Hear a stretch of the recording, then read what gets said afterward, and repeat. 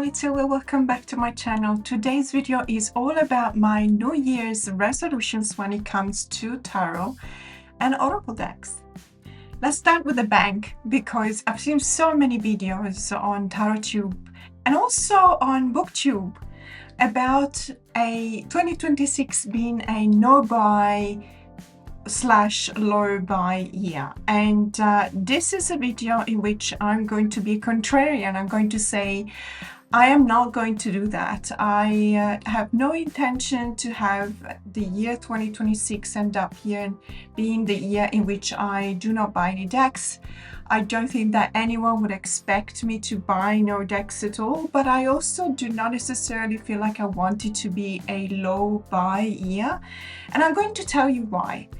I believe that chance sometimes presents itself, and I need to be ready to catch it. And if I impose this kind of discipline on myself, it's not going to work because of my personality. I just don't do well with this kind of self-imposed goals, but mostly because I have seen and I've been proven again and again that there's always something incredibly interesting and, in my case, possibly life-changing in the theater of life, whether it's about new tarot and oracle decks that are going to be published, or books, or music, or films, or TV shows, etc. I let myself be guided by my own hunger and thirst for new things. Whether that is pointing to consumerism, I fully accept the responsibility for it. I don't mean to influence anyone on this. You're the ones that need to feel comfortable with your spending habits and your acquisition habits, especially because when it comes to numbers, I have the same attitude. So I don't want to hold myself accountable for not buying any decks or making it a low buy year, as much as I don't want to hold myself accountable for being a year in which I will buy 30 decks or 50 or 200 decks. I don't want to put a number on that. I, generally speaking, hate to do that when I'm tracking my reading habits as well, because I start with 52 books a year simply because there's 52 weeks in a year, and then I adjust my reading goal whenever I see that I'm reading more or reading less. This is something that I've seen works for me. If that is not the kind of approach you want to have, by all means, do not listen to me. Just go ahead and do whatever feels like it's working for you, whatever makes you most comfortable. This is what makes me more comfortable. I don't tend to respond well to imposing, as I said earlier, a goal, a predetermined goal, because I find myself constantly breaking the rules in my life. And so I just have to be honest with myself and know that if I tell myself this year I'm going to be really disciplined and good, it's just not going to work. But there's also another reason. I've seen this happening so many times before.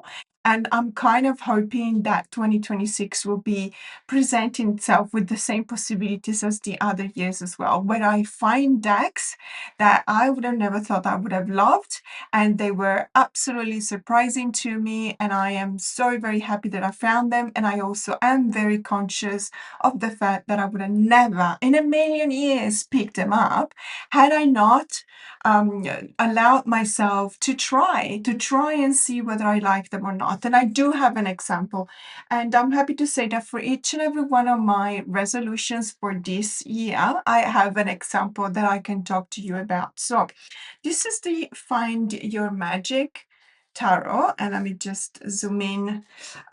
This is a deck that, had I had a no buy or even a low buy year for 2025, I would have never picked it up. Why? Because this is so outside of my radar that I thought I would have not been interested in it. I thought I would have not been able to enjoy it. I thought it would be one of those decks in which You have those kind of witchy vibes, but it's a kind of a modern take on witchery, which is not necessarily my genre. It looks, when you look at it the first time, it looks like a deck that is probably a modern take on the RWS, and I do have a lot of those decks, but they need to be perfect for me in order to be able to enjoy them, and that is very often not the case. So in my mind, I was already convincing myself that this would be one of those decks I would have tried, failed to appreciate it, and then rehomed it, and I just didn't want to go through the rigmarole of having to do that. When I picked it up, because in 2025 I told myself I want to be open to novelties, I want to be open to new experiences, I want to be open to be proven wrong. And guess what? I was proven wrong, which makes me really happy. This is written by Julia Manzi and illustrated by Sarah Routledge. It's a deck that was originally published with a different publisher, and then US Game picked it up. And that's why it's not your typical US Game setup. As you can see here, it's more like a Vivida setup with a box that slides out of a drawer kind of layout here. I really love the guidebook as well. It has been written by Giulia Manzi, so I would expect it to be even better in Italian, but I would say the translation in English is absolutely fine and I really enjoy it. But this deck is amazing. I love it so much so that this is actually the deck that we're going to study with my members once we're done with the Unveiled Tarot. So we're currently studying the Unveiled Tarot. And then once we're done with that one, we're going to move on to this one, because when I did the poll, I actually gave the two options, the Unveiled and this one. And there were a lot of people saying, let's do the Unveiled now, but I really want to jump onto the Find Your Magic afterwards, because it is an incredible deck. And guess what? I 100% agree. This is not a gimmicky deck at all. At least it doesn't feel like it for me. Now, I want to say, as a fair disclaimer, everything that I'm going to say in this video today is going to be my personal opinions. I am very comfortable and I would say I love it. It's very rewarding for me to be completely transparent and honest, because on the one hand, I know that I'm exposing myself to criticism, but I'm also okay with that. And I do believe that the advantages, the benefits, and the warmth that I receive from many of you that appreciate me being honest far outweighs the kind of sense of being criticized that I sometimes can detect out of a few comments. I don't mind being criticized at all within a certain within a certain rules of respecting each other. I'm always open and honest, and I accept that not everyone agrees with me, and that is actually a really beautiful thing, because many times when some of you told me, I understand what you're saying, but this and this and that, I actually kind of change my mind. Sometimes it does happen because I do keep my mind open. So this one, many of you recommended this one when I was talking about the modern decks or the modern takes on WS. And I checked it out. And again, had I been holding myself accountable for buying less decks in 2025, this would have been one of the first ones to go. As in, no, I'm not going to buy it, because I was kind of certain this would not have been a deck for me. Guess what? I was wrong. And I want to be proven wrong again and again, because it is the best part of being a part of a community, is that sometimes you listen to others' opinions and you kind of check it out and you see that it pans out really well for you as well. So Find Your Magic was, and other decks, is one of the main reasons why I am not going to engage in a no buy, low buy year. Again, if that's what you want to do and it works for you, by all means, go for it. My second resolution for this year is not to succumb to FOMO, which is sounding probably a little bit of a contradiction when compared to my first resolution, but let me explain.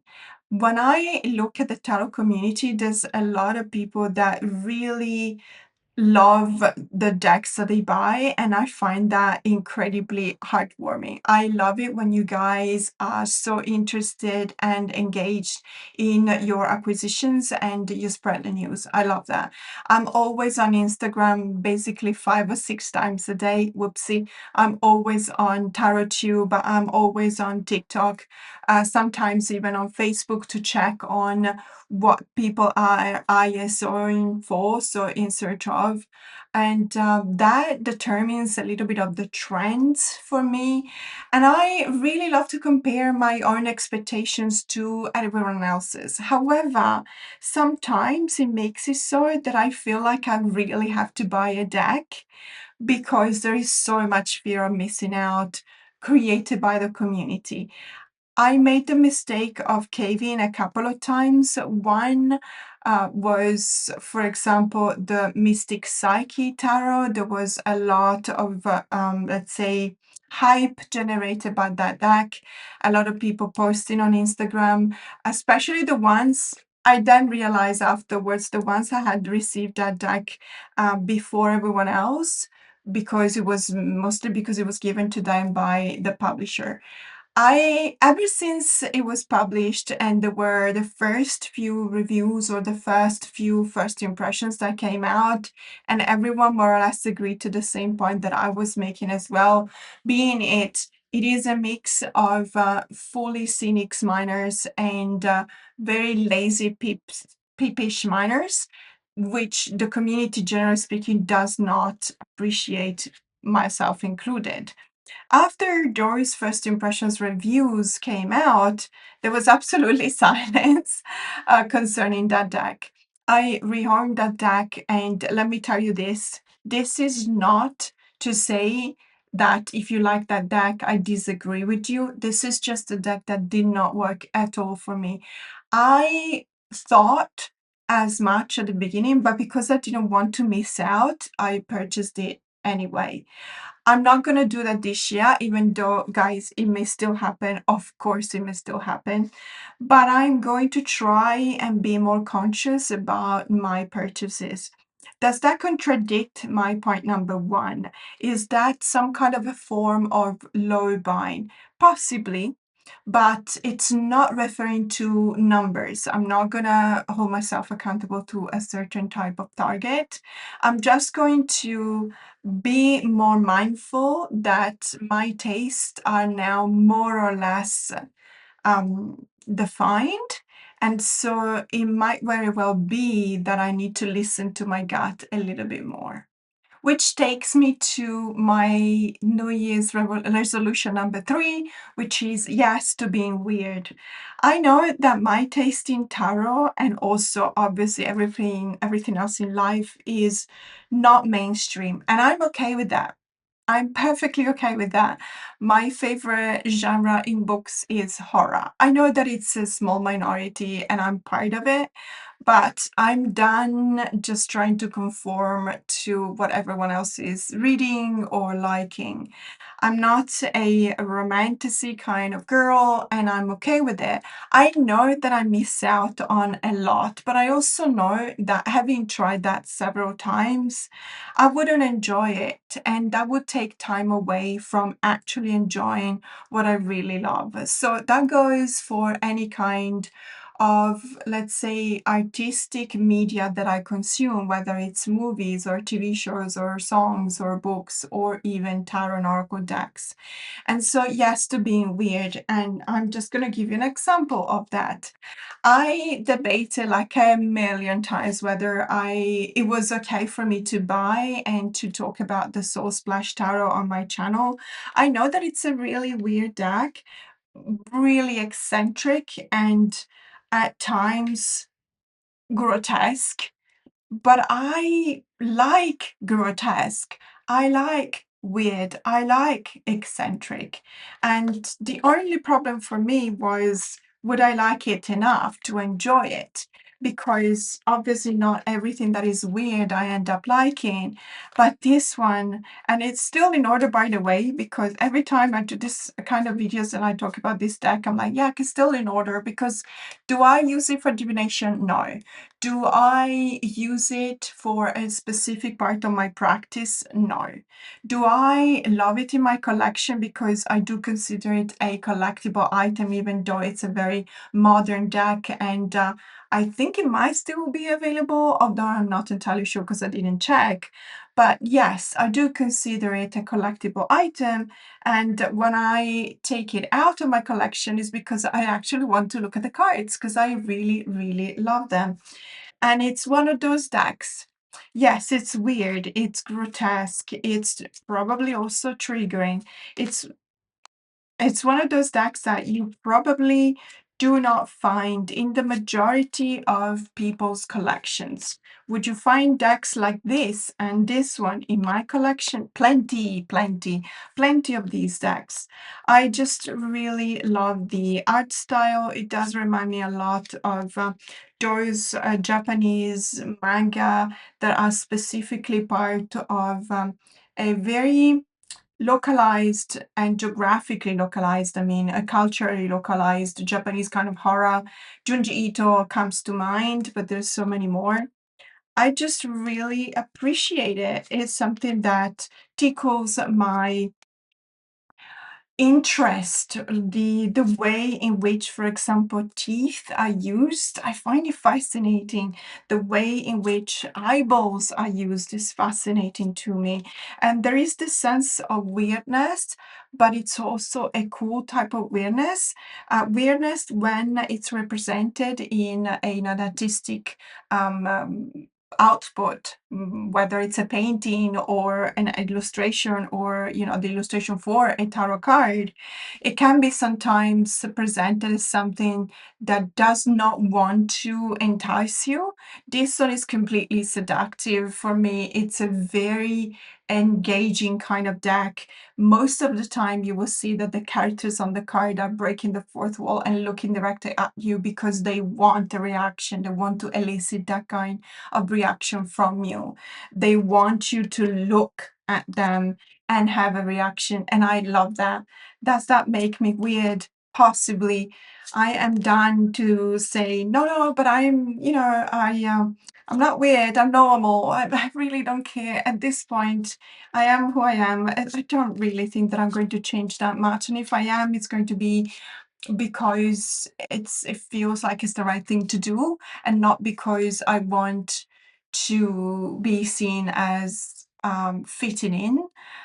I never particularly fit in my life. I used to be, well, looking like this in Italy is already making you stand aside from the rest because of your physical looks. As a matter of fact, I used to be a redhead.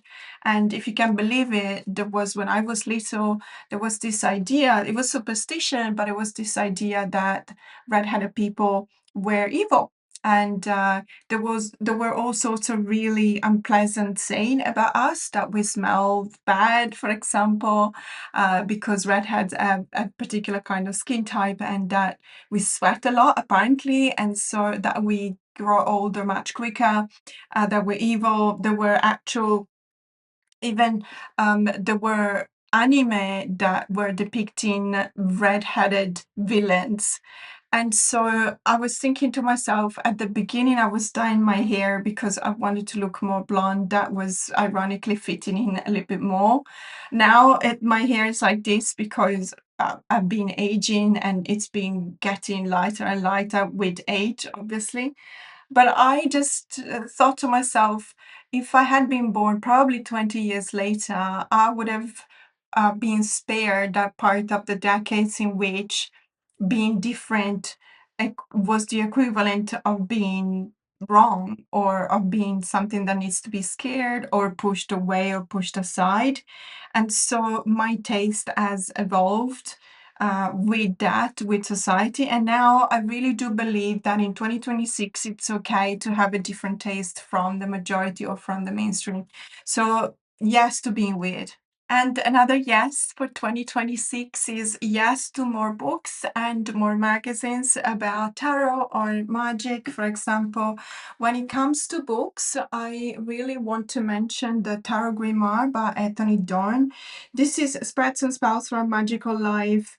The foreword is by Benebell. I love this grimoire. I think that it's exceptionally good, especially if you are one of those tarot readers and collectors that want to be more hands-on when it comes to the way in which you use your decks. And so you dedicate part of your practice to, for example, journaling or any number of different activities, including, for example, creating your own custom spreads, but you don't necessarily know where to start from.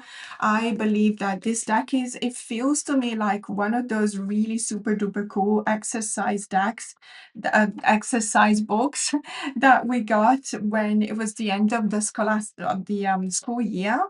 I don't know if you had the same, but in my case, we were given like a number of exercises to do, just not to forget what we learned during the school year. And then I was the one that I was going through the books, the exercise books, the first couple of days, and I was finishing them because I love them so much.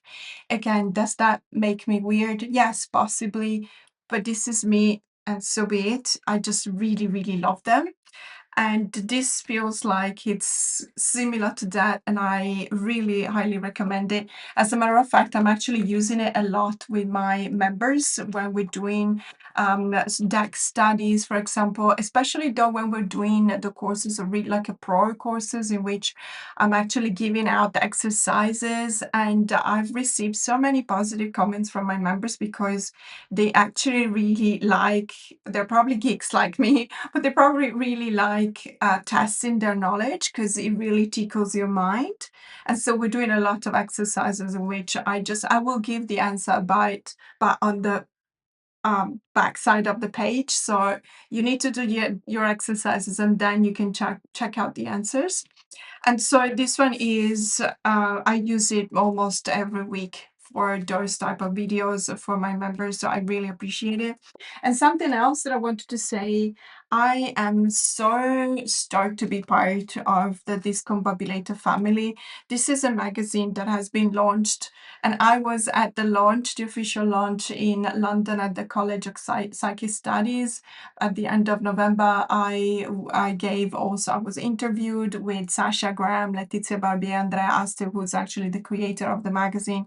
And now we're getting ready for the next number. And Andrea and I were talking about the number that was going to be published towards the end of the year as well. It's going to be absolutely freaking amazing. I cannot wait because it's going to talk, I'm not going to give any spoiler out, but it's going to talk about some of my favorite let's say thematics when talking about decks. And so more magazines, yes, because I think that we all need to see what all the fuss is about, what the community like recently, and getting in touch with what the community thinks also means getting in touch with different minds from all over the world, listening to what is relevant in the US, which might be different from what is relevant in Thailand, in Australia, in Italy, in South Africa, and so on and so forth. And I believe that an esoteric magazine that talks about magic and so has its own carved space within the production of millions and millions and millions of magazines that we can find nowadays is very relevant and very important, because it tells us that the tarot community has a reason to be in today's world. It is because of publication like this one that we can actually feel proud to be part of this community. And I am so stoked to be a permanent contributor to the Discombobulator. So just if you haven't checked it out already, just check it out at the discombobulator.co.uk or andreaaster.world, because that's where you will be able to purchase it if you so wish. I will always tell you where to find it, where to buy it, because obviously I'm contributing to it, and it's been an adventure, and it's an amazing way to be creating meaningful connections throughout the community. Another yes is yes to mass market decks. that were originally indie decks. Why am I saying that? Because originally I thought that because I had the indie edition, I would not have been appreciating the mass market edition of a deck. And even though that is the case for a couple of decks, I have to say, generally speaking, lately, the trend in 2025 has been to really going above and beyond expectations, especially when you look at publishers such as US Games. You guys know me that I'm always more favorable to Lo Scarabeo rather than US Games because Lo Scarabeo is Italian. And of course, being Italian, I always tend to feel patriotic when I say these kind of things. However, US Games has really knocked it out of the park. They have done some fantastic job. And let me tell you, the ones that are coming out sooner than later, even though I'm keeping my fingers crossed in this case because it's not been confirmed, but the Blood Moon Tarot, which will be published by US Games, is supposed to be absolutely amazing. So I really cannot wait to check that one out. But the one I wanted to talk about as an example to my affirmation to wanting to check out more mass market decks out of indie ones is the Lubanco Tarot. This one is actually a Llewellyn deck.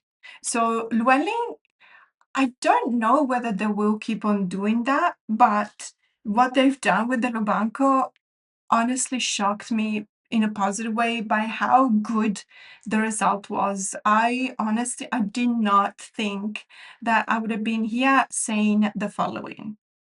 I actually prefer the mass market edition. Oh my God, I know, it's shocking, but it's true. And I'm not the only one out there saying this. This deck is amazing. What they've done with it is absolutely fantastic. Everything about it is great. The wraparound magnetic box, the book, which is really good. Loving. I know that there's a lot of people saying they could have been writing a little bit more because there's not that much there. It's true, 100%. I agree. You do have a little bit more when it comes to the majors, but we've seen that in so many decks. And I was mentioning Los Carabao earlier.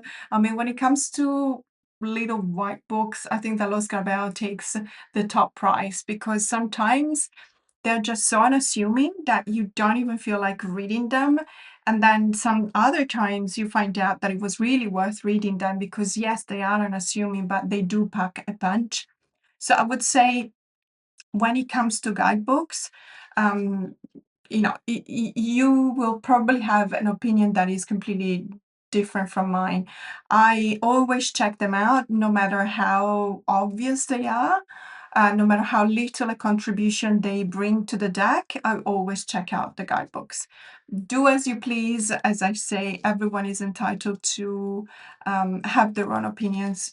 But I do believe that in the general way in which I compare this mass marketing specifically to the indie decks that I also have by Emily Lubanco, this one is just making you feel like it's more complete.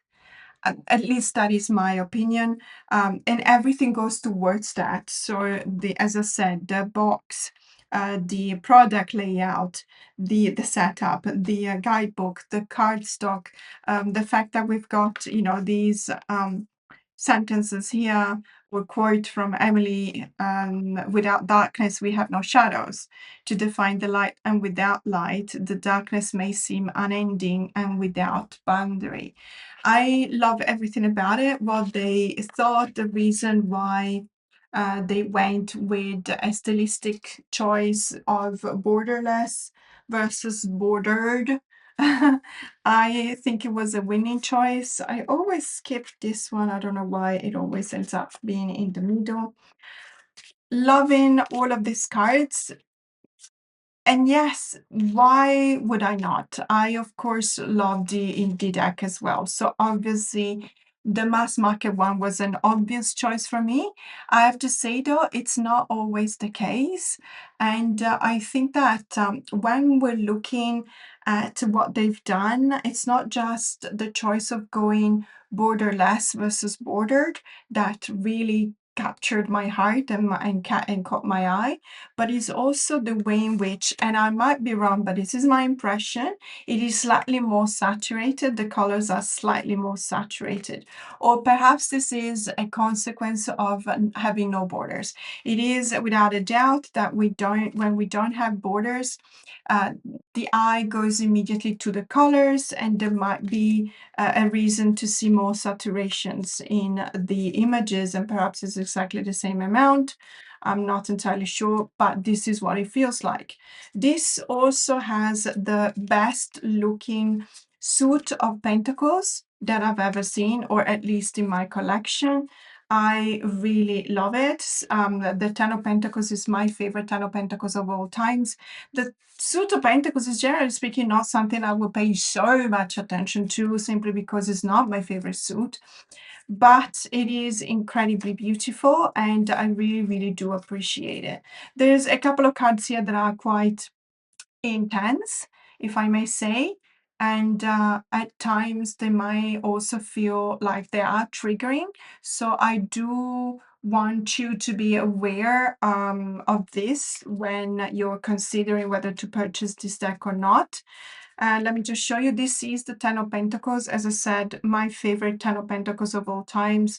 The sense of space that we have out of this image, the fact that there is this perspective of going up, but in a wide angle kind of way. Let me just zoom in because I don't think that otherwise I will be able to explain it to you. So there's people here. I don't know if you're ever been aware. If you don't have this deck, you might not have noticed it before, but there's people here and here. So it's not completely different from the usual imagery we're used to for the RWS. There's a community here. There's people, plural, more than one. But there's also this sense of the elderly that is kind of detached from the group, which is indeed reflected in the traditional RWS. And there is this sense of completeness that is given by this really gorgeous tree, and the way in which the branches just span to cover the whole of the sky. And the pentacles here, they look like the starry night, just depicting this starry night that is behind it. I really, really love it. There's no two ways around that. Again, one of these cards. In any case, I really recommend it. And this is not just this one, but other productions that have been released in 2025 out of an indie deck have been confirming this trend that I think is fantastic. They are making these decks that were really prohibitive when it comes to the cost. They're making them available worldwide. Yes, of course, there might not be the cheapest decks. There are most likely decks that are cheaper than this one in circulations, fair enough, but at least you will not spend the $250 that the indie deck is or used to fetch when it was out of print. You know what I mean? So obviously there is a wider distribution of these decks. And I have to say also something that is probably very personal, but it contributes to what I'm saying, is the indie deck made me suspicious in the sense that when I was reading with it, I felt like it was a very strong entity that sometimes were not necessarily comfortable in me reading with that deck. This deck has got nothing like that. I don't know why, but the vibes themselves are different. And it's a deck that it feels to me very accepting, very kind, nurturing, and embracing. And so I really love what they've done. And I also thank myself for not thinking, oh, I have the indie edition of this deck. I don't necessarily need the mass market one. That would have meant that I would have missed out on this deck, which is really awesome. Another yes is to Kickstarter campaigns, which is obviously a bit in contradiction again with the previous point, but then not so much. I do realize that there will be even more Kickstarter campaigns that will be picked up by a mass market publisher. So why spending more money when you could get the same deck for a cheaper price, even though you will probably have to wait a couple of years, sometimes even more? Well, first of all, because I still want to support the artist. I know that in many cases, you will point out, yes, but if the deck is going to be picked up mass market, that author is still going to be supported even more so by the mass market publisher. True, but you never know that. And first of all, it is an experience. I'm pledging for the experience. And I will have to say, this is a really excellent example. Referring to the experience, my friend Fire by Mana in the Sky, this is an oracle deck that is meant to be a companion deck to the Gentle Tarot. Mary has always been adamant, transparent, very direct in her updates. Yes, there have been a couple of hurdles that that were happening throughout the campaign. So obviously, there's obviously a couple of delays. I am still waiting for the add-ons that I backed, for example, which I don't know for whatever reason that have been shipped with a different tracking number. So I'm expecting it with a different box. I'm not entirely sure. But you know what? It could also be due to the fact that we were through the holiday period and there was nothing working like it normally would. So I'm really not fussing about that. I'm really happy that I did receive the deck, which is the main thing that I was excited about. The guidebook is amazing. I really like it. And I had absolutely no problems in believing that. I know Mary personally, she's contacted me because she wanted me to have all of her decks. And so I did a whole video on all of her decks and the stickers that came, many of the items that are now for sale in her shop, like the notebook, for example, or even the special guidebook that was printed for the Gentle Tarot. And I would say this deck is as beautiful, as nurturing, as kind, as gentle as I would have expected it to be. It's really beautiful. But the reason why I'm showing you this deck to, let's say, validate my New Year's resolution about backing more Kickstarters is because I strongly believe, as I said, in the experience. It makes you, or it makes me, it made me part of the community. It made me happy. It made me tremble with excitement and anticipation whenever there was a shipping notice, for example. I don't really get the same when I'm buying a mass market deck, especially when I'm buying it out of an online reseller. It just does not feel the same. It doesn't really feel like you're part of a community, even though, of course, everyone else will be buying it. But when you're back in a Kickstarter campaign, there's the updates, there's the comments, and I love reading them. I love going into the comment section and participating and also sharing my opinion. I will have to say, it's not always a perfectly good experience. I've had a couple of experiences in which I was actually rather, how should I say this without making it too personal? But I had a bad experience. It was very unpleasant. There were a couple of one specific in which I was personally attacked, even though I had even backed the deck, and even on my channel I talked about the deck itself. So I really do not understand where that came from, but I'm perfectly okay with the fact that sometimes people don't necessarily like my reviews. It's fine. It's of course it's fine. I would say that again, when I put everything on a scale, the benefits of being part of that community and backing a deck makes me feel a lot more like I'm really banking on those meaningful connections, even though sometimes, it doesn't go as planned, or sometimes it doesn't just show you the beautiful side of it, but also the ugly side of it. And it is true that there's another campaign that I'm currently a backer of. It's been funded 18 months ago, and we still have absolutely no idea what's going on. And I would say I prefer when something like that happens, let's be clear, to me, it's preferable to still be a part of a community, because at least if you want to vent, you can vent with others. You know what I mean? It feels like you're not the only one thinking that your money is just lost down the drain. At least, there's others on that are going through the same as you, and it makes you feel a little bit less lonely, I guess.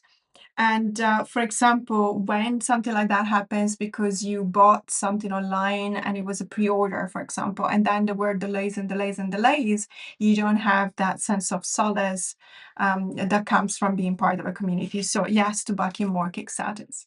Another yes is about buying or at least checking out modern takes on the RWS.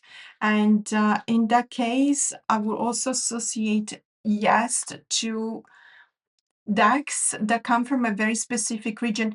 And I'm talking about Southeast Asia. Now, there's been so many new decks coming from Southeast Asia, thanks to the fact that there are distributors such as Vermilion Collection or Tevada, or I know of a couple more, but I don't remember, not at the top of my head. So I know that there are a lot more distributors in that area. I love that, first of all, because I love Southeast Asia. My husband and I are going that regularly because it's just my favorite part of the world.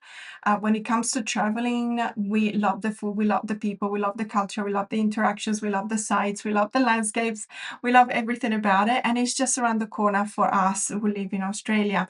Going to Europe feels like going home for me, but it's a long trip. Southeast Asia is literally just 8 or 9 hours of flight away. Yes, Australia is far away from everything. So 8, 9 hours flight is actually around the corner for us. That's how far away we are.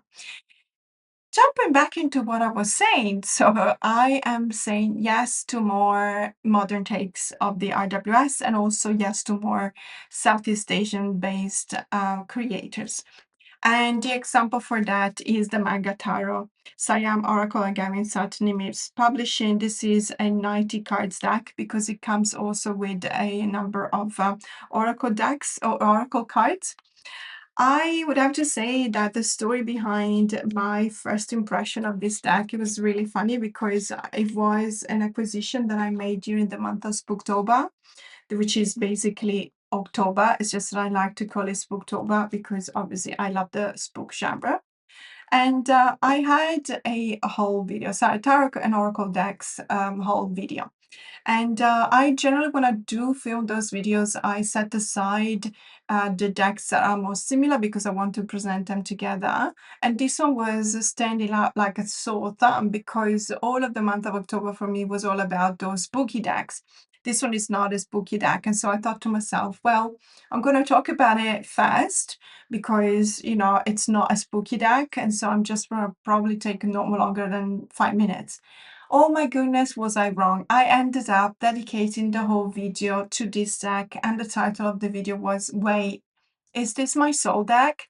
Because I was looking through the cards, I was feeling the meaning of the cards hitting me directly in my feelings, in my heart. And I felt like I was witnessing something unique.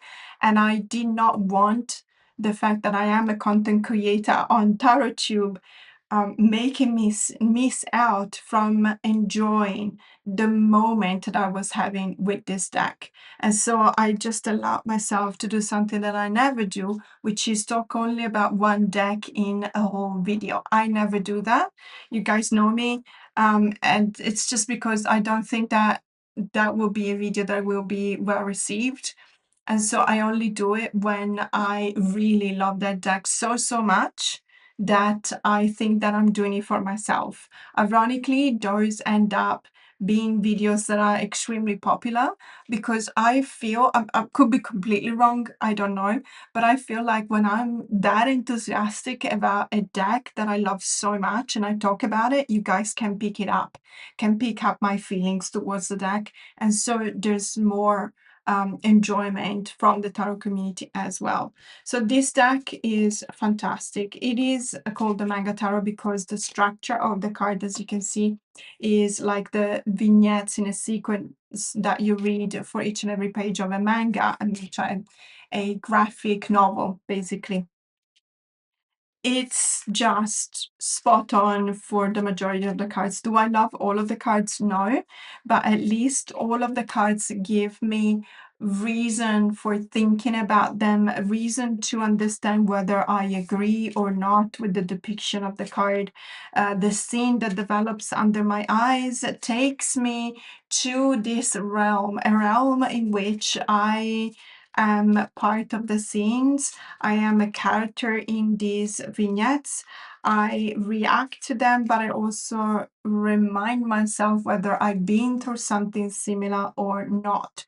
And this makes it such a relatable deck, even though we may not have been necessarily through the Three of Swords, like in a Three of Swords like this. But personally, if you've ever been through a breakup, you will resonate. These images will resonate with you because it looks into this character. It's raining outside. She's sitting by the window. That reminds me so much of a scene in Friends, for example, when Rachel did, kind of at the beginning, she broke up with Ross, and she was sitting by the window, and it was raining outside. And that trope is repeated throughout the whole 10 seasons of Friends.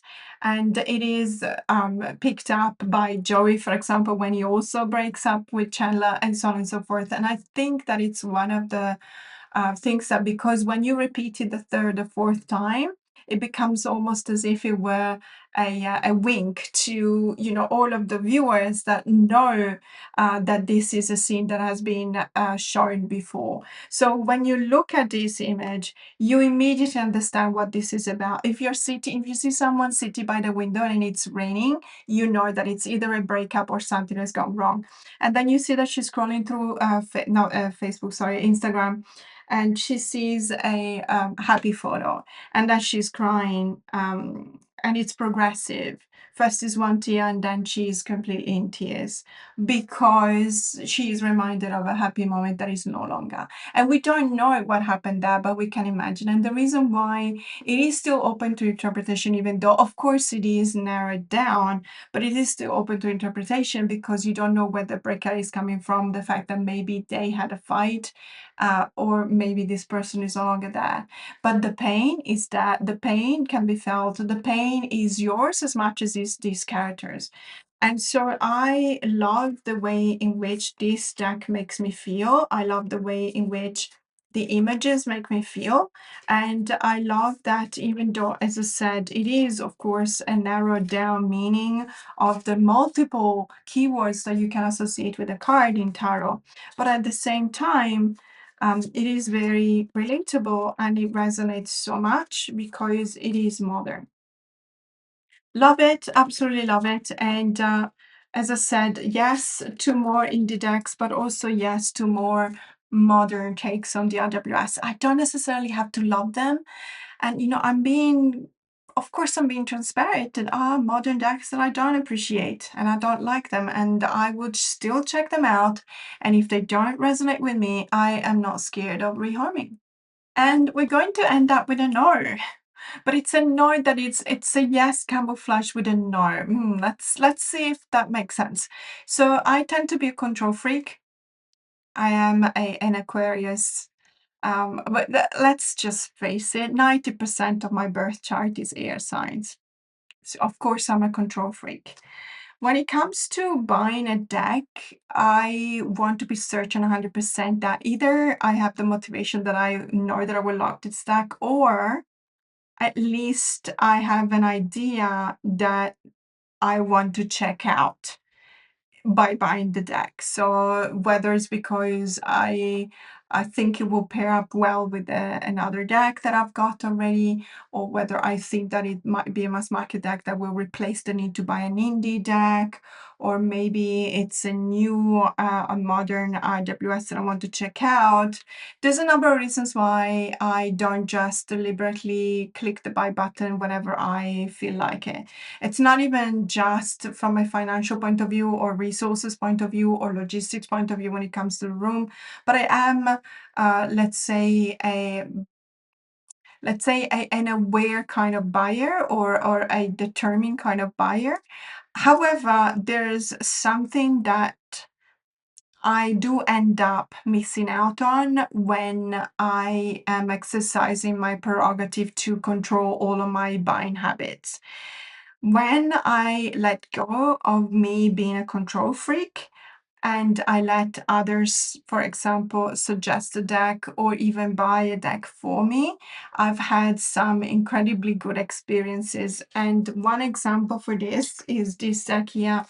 This is the Anima Food Tarot. So it just so happened that I helped my husband with the admin part of his business.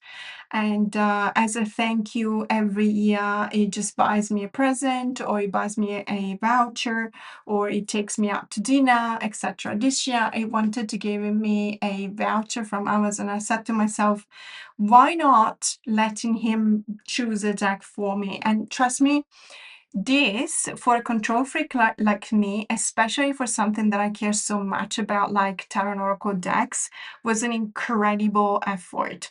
It was very difficult for me to let go. And the moment I said, oh, why don't you just buy me a deck? And he immediately said, okay, give me a list. I immediately thought, yeah, of course I'm gonna give you a list. What do you think, that I'm just gonna let you buy any deck? And I ended up challenging myself to actually say just that. I literally said, you know what, I'm just going to give you my Amazon account. So, what is done is logged into my Amazon account. I had deleted the wish the how do you call it, the wish list for Dax, because it would have been too easy for him. But what I left and I told him to check out was the history of purchases. So for example, when he was googling Dax, tarot Dax or something like that, he would have been able to see this deck is being purchased in August 2024 and so on and so forth. So obviously I told him, when you see that deck has already been purchased, just move on to a different one. And I think that I didn't discuss it with him because I kind of worked out his thought process when he got me this deck. He knows how much I love Japan, and so he literally Googled Japanese tarot deck, and he saw how many I already bought, especially when it was yokai related decks. But he also saw that this one was I had not been buying this one. And he had a look at it and he thought to himself, she loves Japan, she loves the culture, she loves anime, she loves the food. She's probably going to enjoy this deck. It was a bit of a gamble, of course, and he was definitely lucky because it could have been anything. But I love this deck so much. It is very affordable. It is a mass market deck by RP Studio. It does come with the guidebook, and the guidebook is fascinating as well because it really not only gives you the idea of what that specific dish is, 5 cups, for example, pickled seaweed. Then it gives you the upright and the reverse meaning. Fine, so far so good. We've got so many books that give us that. But what I really like is the explanation of why they picked that specific dish for that specific card. So as sour as Kagura's picked seaweed snack are in Gintama, this card represents a personal regret or failure. So obviously it also refers to specifically the anime in which you can see this specific dish. How freaking cool is that? I mean, if you love Japanese food and you love anime, you will love this deck. It's really cool.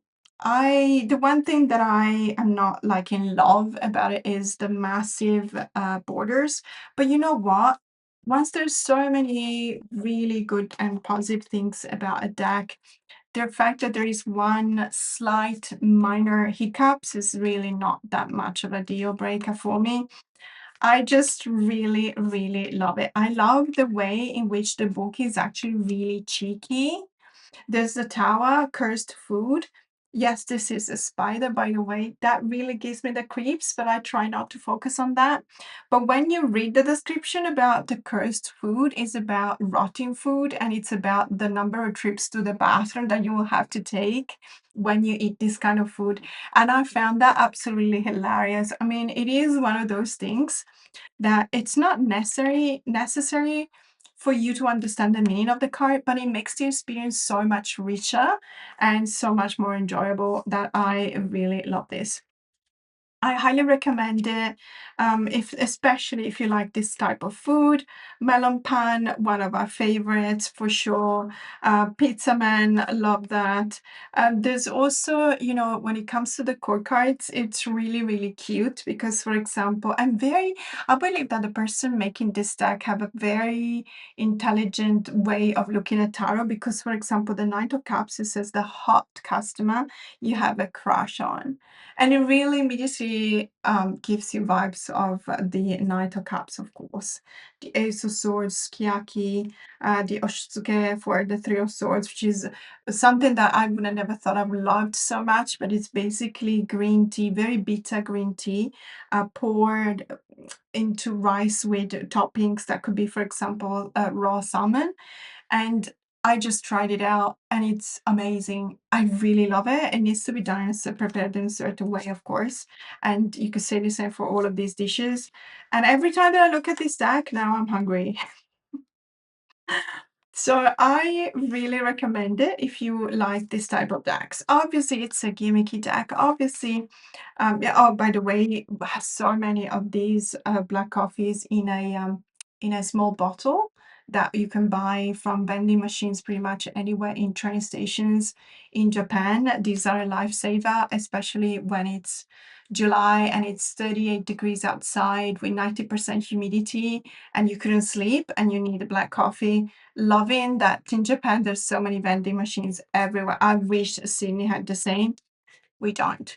So in any case, I am going to let go of my quite of a control freak kind of attitude because I've been proven that when I do let go of that and I let others perhaps suggest decks to me or even gift me a deck that I would never got for myself, it's actually a really enjoyable experience. So these are my New Year's resolutions when it comes to tarot and oracle decks. I would be very interested to know what yours resolutions are if you want to share them with me and with the community in the description box below. But so far, thank you so much for being with me. I hope you enjoyed this video and I will see you soon. Bye.